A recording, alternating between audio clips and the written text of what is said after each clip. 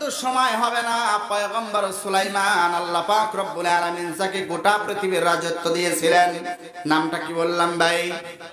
পয়গম্বর সুলাইমান, নবী সুলাইমান আলাইহিস সালামের কাছে একটা পাখি এসে অভিযোগ দিয়েছে। জোরে বলেন, কি অভিযোগ দেয়? একটা পাখি এসে অভিযোগ দেয়, আসসালামু আলাইকুম হুজুর, আমার একটা অভিযোগ আছে আমার প্রতিবেশীর বিরুদ্ধে।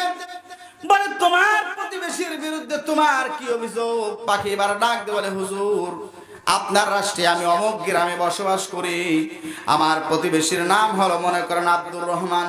আব্দুর রহমানের কেউ থাকলে আবার মনে কষ্ট নেন না, বোঝানোর জন্য বলতেছি। বলে, হুজুর, আব্দুর রহমানের উঠানের মধ্যে একটা গাছ আছে, ওই গাছের ডালে আমি একটা ছোট্ট বাসা বেঁধেছি হুজুর। ওই গাছের মধ্যে, ওই বাসার মধ্যে প্রতিদিন একটা করে আমি ডিম পারি।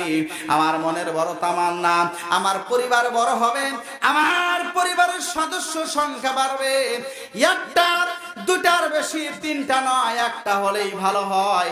আমাদের দেশে কিন্তু এই স্লোগানটা ছিল।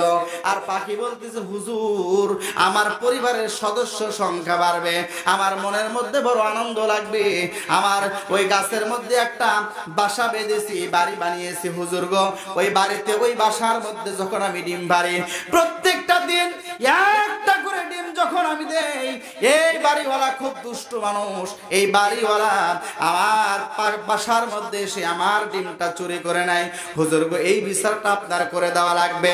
আপনারা বলেন তো, পয়গম্বর সুলাইমান নবী পাখির ভাষা জানতেন কি জানতেন না? পয়গম্বর সুলাইমান নবী পাখির ভাষা জানতেন।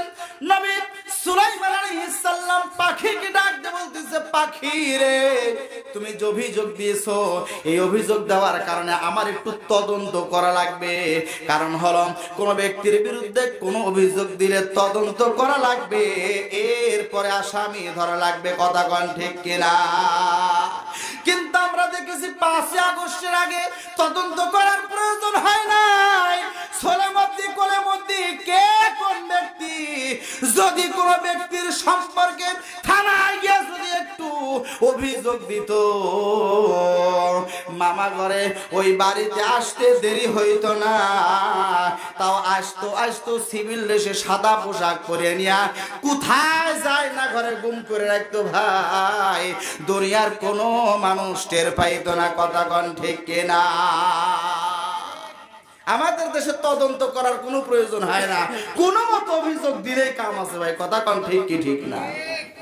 বুঝতেছে এখন মাসের কয়দিন যায়। আল্লামা দেলোয়ার হোসেন সাইদি সাহেব বলেছিল, তোমরা আমাদের মৌলবাদী বলো, আমরা হলাম মূলে আছি আমরা, আর তোমরা হলে আর আগাবাদী। তোমরা আগায় আছো আর মূলে আছি আমরা। মূল ধরে এত জোরে ঝাঁকি দেব, পৃথিবীর কোথাও পালানোর জায়গা পাবে না। সোজা মামু বাড়ি দিল্লি গিয়ে পড়বে। কথা কোন ঠিক কি ঠিক না? আহারে, যে ভবিষ্যৎবাণী করেছিল পৃথিবীর কোথাও জায়গা হয় নাই, ঠিকই মামু বাড়ি গিয়া কথা কোন আশ্রয় নিয়েছে। কি রাগ করলেন আপনারা? আমি বলতেছি যে অভিযোগ দিলে তদন্ত করার পরে আসামি ধরা লাগবে, এটা বুঝাচ্ছি ভাই। প্রিয় মুসলমান ভাইরা আমার, পয়গম্বর সুলাইমান নবী বললেন, পাখি রে, তদন্ত করা ছাড়া তোমার বিচার আমি করতে পারবো না। তুমি যেহেতু আমাকে অভিযোগ দিয়েছো, তদন্ত করা লাগবে। তদন্ত করার জন্য পয়গম্বর সুলাইমান নবী একজন জিনকে অর্ডার দিলেন। জোরে কোন কাকে?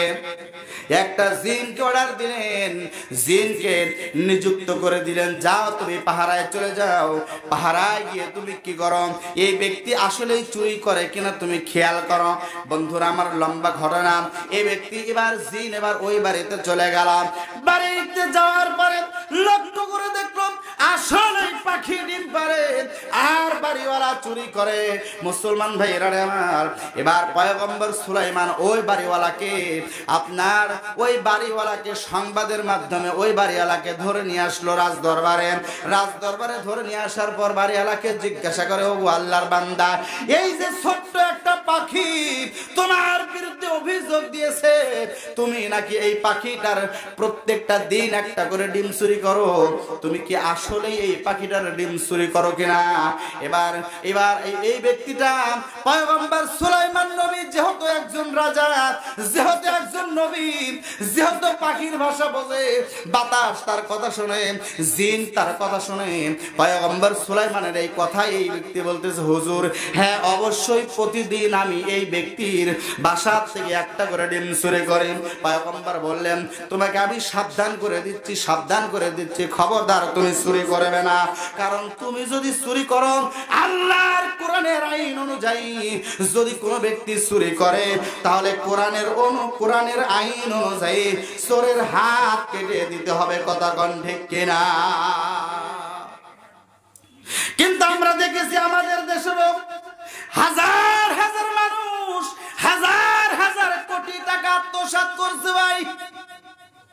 হাত কাটা তো দূরের কথা, আমাদের মতো তুইয়ে মুয়ে হুজুর যদি একটু তাদের বিরুদ্ধে বলতেন, যদি চাইতাম কোরআনের একটু সঠিক কথা, হক কথা যদি মানুষকে বলতে চাইতাম, হাত কাটা তো দূরের কথা, বরং আমাদের হাতে হ্যান্ডকাপ পরায়া, ডান্ডা বেরি পরায়া জেলখানায় বন্দি করতো। কথা কোন ঠিক কি ঠিক না?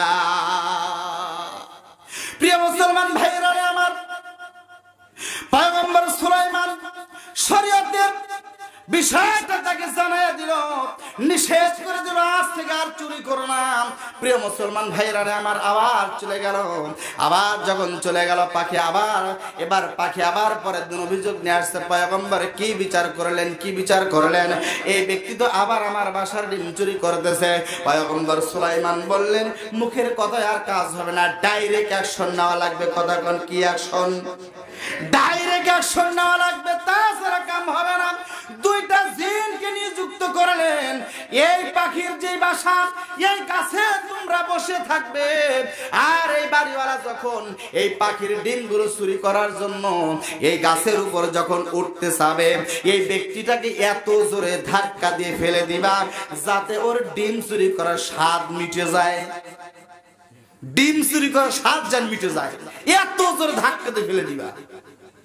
মুসলমান ভাইরা আমার, তৃতীয় দিন আবার পাখি ডিম পারছেন। ডিম পারার পরে ওরে চলে গেছে খাবার খাওয়ার জন্য, খাবারের খোঁজে চলে গেছে।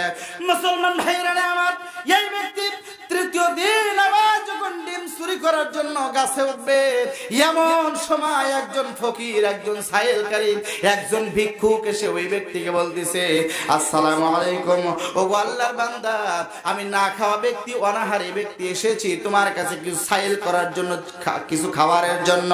আল্লাহর হস্তে তুমি মেহেরবানি করে আমার একটু সহযোগিতা করো, আমারে কিছু খাবার দাও। মুসলমান ভাইরা আমার, আল্লাহর কোরআন এবার ডাক দিয়ে বলতেছে, ওয়া আম্মাসা ইলা ফালা তানহার, সাইলকারী যদি তোমার কাছে কোন সময় হাত ধরে বসে, হাত পেতে যদি তোমার কাছে কোনো কিছু চায়, সাইলকারী যখন তোমার কাছে কোনো কিছু চাবে, সাইলকারীকে খবরদার ফিরাইয়া দিও না। তোমার কাছে যা আছে সাধ্য অনুযায়ী সাইলকারীকে তুমি দান করে দাও। জোরে বলেন সুবহানাল্লাহ। তৃতীয় দিন মুসলমান ভাইরা আমার, দুইটা জিন নিযুক্ত করা আছে, কিন্তু তৃতীয় দিনও আল্লাহর বান্দা অনায়াসে ডিম চুরি করে নিয়ে আসলো।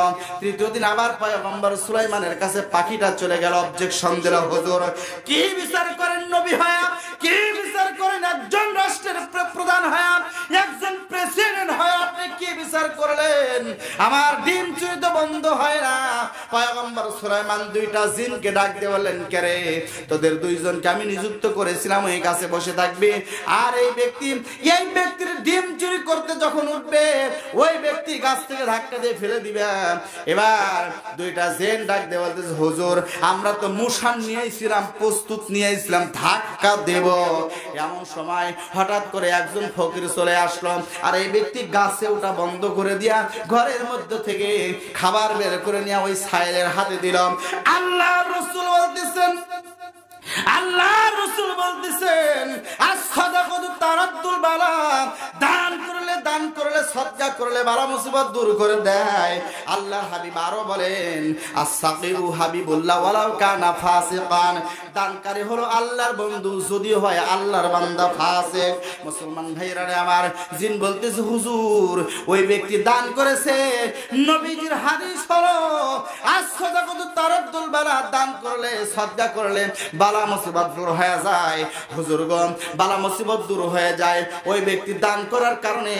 আমরা লক্ষ্য করে দেখলাম আল্লাহর দুইজন রহমতের ফেরেশতা আসলো, আমাদের দুইজনের হাত ধরে নিয়ে এত দূরে রেখে আসলো, এত দূরে নিয়ে গেল, আমরা ওইখান থেকে আর আসতে পারলাম না। আমাদের নিয়ে গেল এই দিক দিয়ে বাড়িওয়ালা পাখির ডিম চুরি করা সারা।